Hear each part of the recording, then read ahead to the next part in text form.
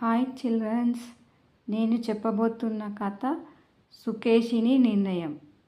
First ఈ కథ చాలా ట్విస్ట్లతో కూడుకున్నది.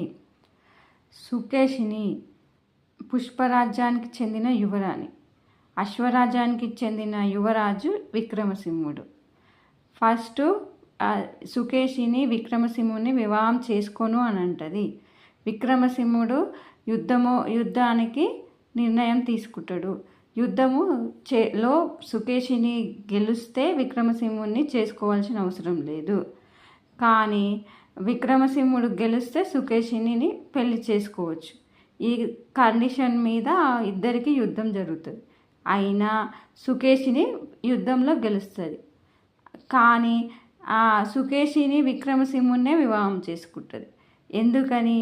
ఈ ట్విస్టుల మీద ట్విస్టులు చూడాలంటే సుకేషిని నిర్ణయం అనే స్టోరీని తప్పకుండా వినాల్సిందే.